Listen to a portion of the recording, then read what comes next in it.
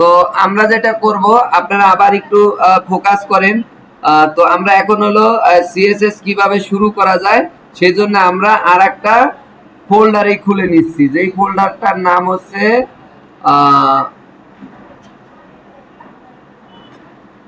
CSS 1। এটা দিয়ে আমি এই ফোল্ডারটা খুললাম এবং এটার মধ্যে আমি লিখলাম হচ্ছে বরাবরের মতো একটা ইন্ডেক্স ফাইল আমি খুলে নিচ্ছি। ইন্ডেক্স দিয়ে আমরা HTML খুললাম, HTML। ওকে, তো এখন আমি কি করব, এই জায়গা থেকে এডিট উইথ নোটপ্যাড প্লাস প্লাসে যাব। এই ক্লাসটা আগের এতক্ষণ যা বুঝাইলাম তার থেকে অনেক মজার হবে, এই জন্য সবাই ভালোভাবে ফোকাস করেন। আমি আগের মতো করেই এবার হলো কালার টালার এই জিনিসগুলো আপনি এটার মধ্যে শিখতে পারবেন। আচ্ছা, এখন আমি প্রথম আলোচনা করব ইনলাইন সিএসএস নিয়ে, এবং আমি এখানে লিখে নিচ্ছি যে inline CSS, internal CSS and external. Okay fine. তো এই জায়গায় আমরা যখন এটা লিখলাম, এখন এখানে একটা প্যারাগ্রাফ লিখতেছি, আমি পি লিখতেছি, পির মধ্যে আমার কিছু লেখা দরকার। তো সেই জন্য আমি যেহেতু সময় স্বল্পতা, আমি এখান থেকে লোরামের থেকে কিছু লেখা নিয়ে আসি, আপনারা মন চাইলে লেখা লিখে নিতে পারেন।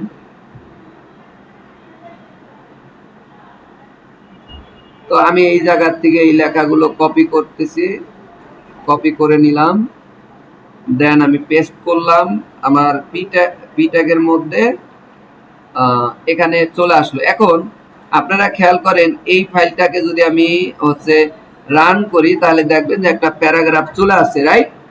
তো এখন আমি চাচ্ছি এই প্যারাগ্রাফটাকে ইনলাইন সিএসএস এর মাধ্যমে কালার করব, মানে একটা যে কোনো একটা। তাহলে আমাদের এই পি ট্যাগের মানে যে কোনো ডাবল ট্যাগের শুরুটায়, মানে আমার স্টার্টিং ট্যাগের মধ্যে স্টাইল নামে লিখা, স্টাইল ইকুয়াল ইনভার্টেড কমা, এটার মধ্যে আমি যা লিখবো সেটা লিখে দিতে পারি। যেমন আমি যদি লিখি কালার মানে টেক্সট কালার, তা কালার দিয়ে দিলাম হচ্ছে রেড, শুধু কালারের নাম বানান করে লিখে দিলেই আপনি যদি রিলোড দেন দেখবেন যে এটা কালারটা কিন্তু রেড হয়ে গেছে। হয়েছে কি?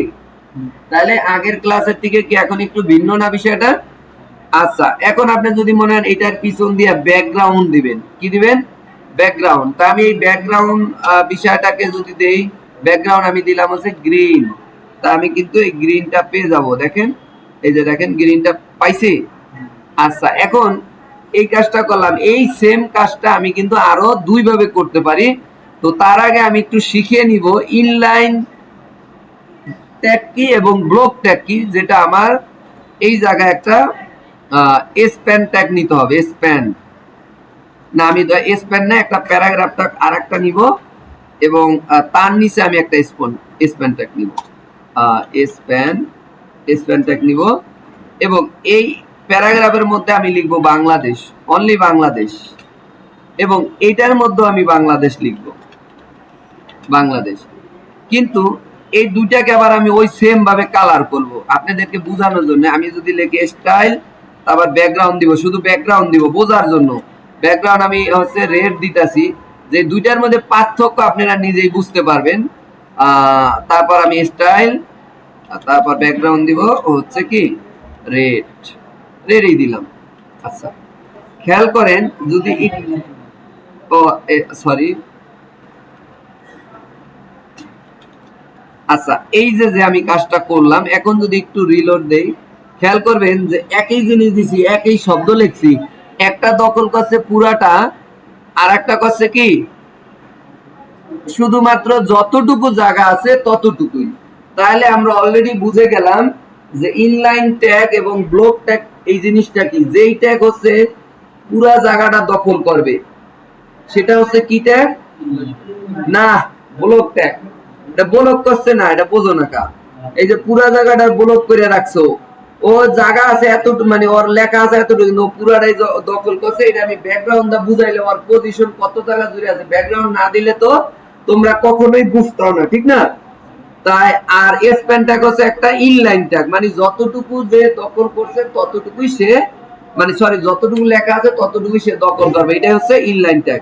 এখন তুমি বলতে পারো কতগুলো ইনলাইন ট্যাগ আর কতগুলো ব্লক ট্যাগ আছে, এই জন্য তুমি গুগলে যা দিবা, আমি এগুলাই নিয়ে সময় কাটাবো না। ইনলাইন ট্যাক্স এগুলা শেখা না শেখা আমাদের কিছু না, জানার জন্য, জানি পরবর্তীতে আমি ইনলাইন এবং ব্লক বললে জানি তুমি বুঝতে পারো। তাই তুমি লিখবে inline tag end block tag, এটা দিলে এই যে W3 স্কুলের দিকে যাও, সুন্দর করে কত একটা লিংক চলে আসবে, এখানে যা তুমি এই যে দাও কোনগুলো ইনলাইন ট্যাগ ব্লক ট্যাগ, এই যে লেখা আছে ব্লক লেভেল এলিমেন্ট, তাহলে এই যে ব্লক লেভেল এলিমেন্টের মধ্যে এগুলো আছে, দেখছো এখানে সব আছে। কিছু কিছু ট্যাগ নাই, তবে এই যে উপরে কিন্তু প্যারাগ্রাফেরটা দেওয়া আছে। আর এই জায়গায় আবার আছে কি, এই যে দেখো আছে, এই যে দেখো এই যে যেমন input tag, span tag, super script, sub script সব আছে এখানে, ক্লিক করে করে তুমি এগুলো দেখতে পারো। এগুলো আছে, এই যে স্প্যান ট্যাগ দেখছো, স্প্যান ট্যাগ আছে, এগুলো ইনলাইন ট্যাগ। তো এগুলো অনেক এক্সাম্পল দেওয়া আছে, দেখে একটা ধারণা নিবা, এটা লেখলে বা বললে মোটামুটি ধারণা থাকলেই হবে, একবারে মুখস্থ বা ইয়া করার দরকার না। আমি জানি বললে বলতে পারো যে হ্যাঁ এই সনটা এটা একটা ব্লক ট্যাগ, কারণ এই সন পুরো জায়গা দখল করে। তুমি দিয়া দেখতে পারো, কালার দিয়া দেখতে পারো কোনটা কি। আমি যদি ধরো এই সেম কাজটার এই যে এটার কপি করিয়া আমি এই জিনিসটা মনে করো একটা এই সন বানাই গেলে, অর্থাৎ এই পিরে কাটতে আমি এই সন দিয়ে দিব, এই সন দিলাম আর এই জায়গায় না একটা এই সন দিলাম, মানে এটা ডুপ্লিকেট করে আমি একটু বোঝানোর জন্য। এখন যদি এটা কালার আছে, দেখো এই সন ট্যাগটার মধ্যেও বাংলাদেশ লেখা আছে, তুমি খেয়াল করবা যে দেখো এই যে এটাও কিন্তু কি হইতাছে ব্লক ট্যাগ, ঠিক না? তাহলে এইভাবে তোমরা এই ব্লক ট্যাগ ইনলাইন ট্যাগ বুঝতে পারো, এবং সেই সাথে তোমরা শিখে গেলাও কিভাবে হলো কি করে সিএসএস কোড লেখে ইনলাইনে, মানে লাইনের মধ্যে যদি লেখে ওইটাকে কি বলে, ইনলাইন সিএসএস। আচ্ছা, আর আর যদি আমরা এখন এই সেম কাজটা দেখো, আমি এগুলো সব কেটে দিব, এগুলো তোমাদের বোঝানোর জন্য লিখছে, কাটলো আমারে কিছু হবে না। এখন এই যে প্যারাগ্রাফের যে কালার করছি, এই কালার পুরা সব কাটটা দিলাম, এখন এই কালারটা আমি আরেক ভাবে, এখন যদি আমি রিলোড দিই দেখো এই কালার টালার কিছু নাই, আছে নাই, কিন্তু এটাকে আমি আরেক ভাবে কালার করব, তার নাম হচ্ছে ইন্টারনাল সিএসএস।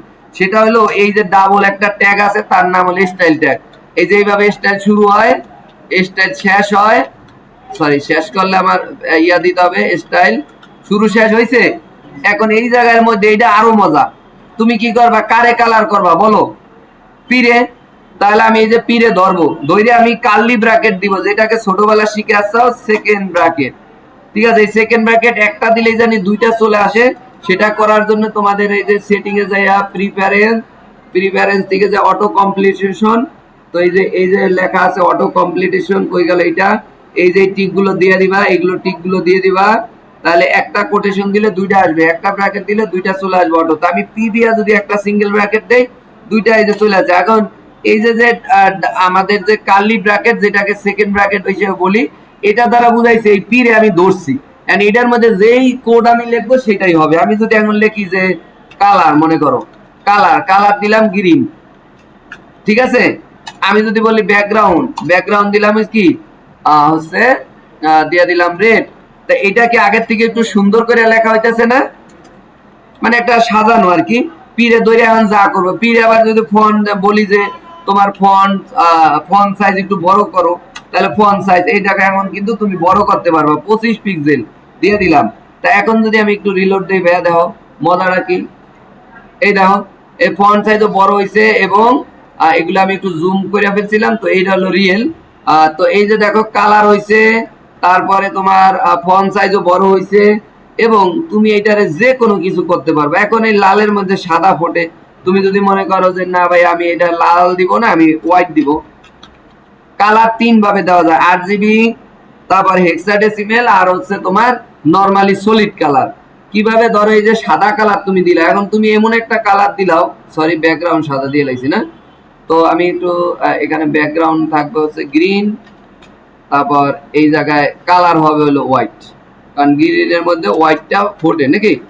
তো এখন যদি তুমি দেখো যে গ্রিন কালার পিছনে আসলো, এই দেখো আছে, ক্লিয়ার? তো এইভাবে কিন্তু আবার দেখো এই যে যে লেখা চারো দিক দিয়া খেয়াল করো যে একটু একবারে লাইগা রয়েছে, ঠিক না? তা আমি এটারে চারোদিকে ফাঁকা, এটার নাম হচ্ছে প্যাডিং। কি প্যাডিং? তাই তুমি এখানে প্যাডিং দাও, প্যাডিং প্যাডিং দিয়ে দাও চারোদিকে 25 পিক্সেল, তার মানে এটা চারোদিক হয়ে যাবে। তো ওই প্যাডিং সম্পর্কে এগুলো আমি আরো বিস্তারিত আলোচনা করবো পরে। সাইডে কিন্তু জায়গা সাইরা দিছে। তো এইভাবে তোমরা চাইলে সবগুলো করতে পারো, পরবর্তীতে এটা আরো জানানো হবে। তো আমরা 2 ভাবে শিখলাম। সিএসএস কয় ভাবে লেখা যায়? না, 3 ভাবে শিখলাম। কয় ভাবে? একটা হলো লাইনের মধ্যে লাগে ইন লাইন, আর এখন যেটা লিখছে এটা হলো হেডের মধ্যে লাগে, এটার নাম কি? না, ইন্টারনাল।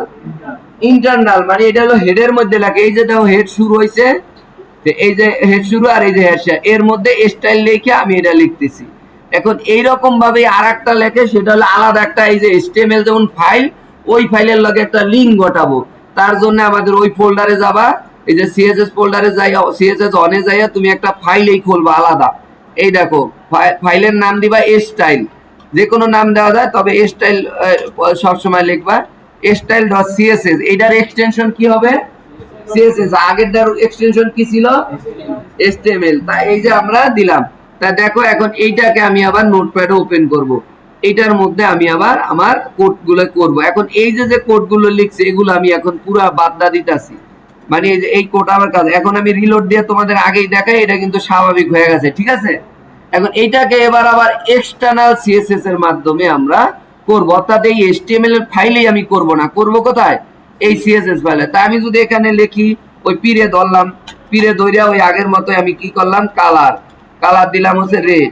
এরপর আমি হচ্ছে ব্যাকগ্রাউন্ড দিলাম, ব্যাকগ্রাউন্ড দিলাম মনে করো স্কাই ব্লু, এই স্কাই ব্লু দিলাম।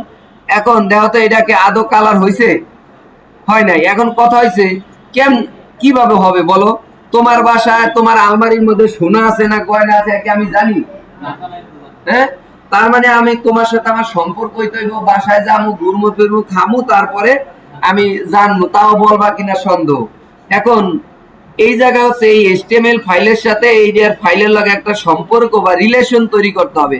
এটা করার জন্য আমাদের একটা কোড আছে, সেটা হলো যে লেখবা খালি, যদি জেন কোডিং থাকে লেখবা হচ্ছে লিঙ্ক, এই দেখো লিঙ্ক কোলন সিএসএস দিয়ে কন্ট্রোল ই চাপবা, শেষ। এখন এখানে এই যে style.css অটো চলে আসছে, কিন্তু তুমি চাইলে নাম যদি ভিন্নভাবে খুলতাও তাহলে এটা কিন্তু এডিট করে দিয়ে দিতে হইতো। এখন এই জিনিসটাকে তুমি আবার নিজেও করতে পারো, এই যে টাইপ করে, সেটা এখন আবার দেখাই। দিবা প্রথমে লিঙ্ক স্পেস দিয়ে দিবা হচ্ছে REL রিয়েল, কোটেশন দিয়ে কোটেশনের মধ্যে লিখবা স্টাইল শীট, স্টাইল শীট, বানানে ভুল হওয়া যাবে না। স্টাইল শীট লিখলাম, অবশ্যই এটারে ক্লোজ করে আগে শেষ করো। এরপরে আমাদের এইচএফ দিতে হবে। এইচএফ মানে এইচএফ দ্বারা বোঝায় কি, মানে ওই যে লিঙ্ক কোথায় আছে ফাইলটা, তা এই জায়গার মধ্যে যাইয়া তুমি শুধুমাত্র লিখা দিবা ওই যে তোমার ফাইল খুলছো, এই যে ফাইল, তা এই ফাইলটা কোথায় আছে, ওই একই ফোল্ডার আছে স্টাইল ডট সিএসএস।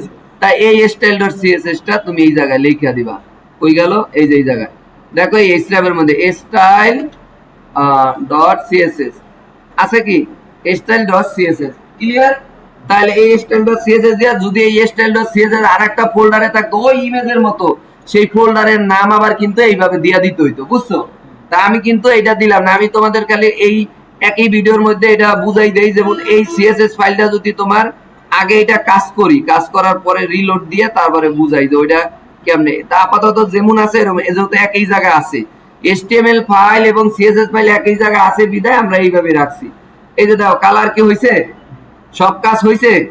আচ্ছা হইছে। এখন আমি যদি এই CSS ফাইলটাকে একটু সরাইয়া আলাদা একটা ফোল্ডার তৈরি করি, ভাইয়া অনেক সময় আছে অনেকগুলো CSS ফাইল থাকতে পারে, তো তখন এইটা একসাথে সবগুলো রাখার জন্য একটা ফোল্ডার করতে পারি। তো এইটার মধ্যে নিয়ে সাইরা দিলাম, দেখো এখন কিন্তু নাই। এখন তুমি রিলোড দাও ভাইয়া, দেখো আছে কি, কাজ করে? করে না। তখন আবার তোমার ওই কোডের মধ্যে যায় ঢুকিয়া, ওইটা তো আলাদা একটা সিএসএস ফোল্ডার দিয়ে আমি এই যে ব্যাক স্ল্যাশে, এখন মজাটা দেখো, ওই ইমেজের মতো এই জিনিসটা কিন্তু হচ্ছে, ঠিক আছে? তাহলে তোমার যদি ফোল্ডারও হয় ভাইয়া, তাহলে ফোল্ডার দিবা, আর একটা দুইটা ফাইল করলে এক জায়গায় খোলা আপাতত। কিন্তু যখন ওয়েবসাইট বানাইবা তখন তো একাধিক সিএসএস ফাইল থাকবে, তখন তোমরা ওইটারে ফোল্ডার করে দিবা। তা আপাতত আমি ফোল্ডারের থেকে বের করে তোমাদেরকে দিলাম, ভিডিও দেখে তোমরা করে নিও। আর এইটাকে আমি বাইরে নিয়ে আসলাম, বাইরে নিয়ে আসলাম, কারণ অনেকে এইভাবে আবার পারবা না, এই জন্য আপাতত এটা প্র্যাকটিস করবা সবাই।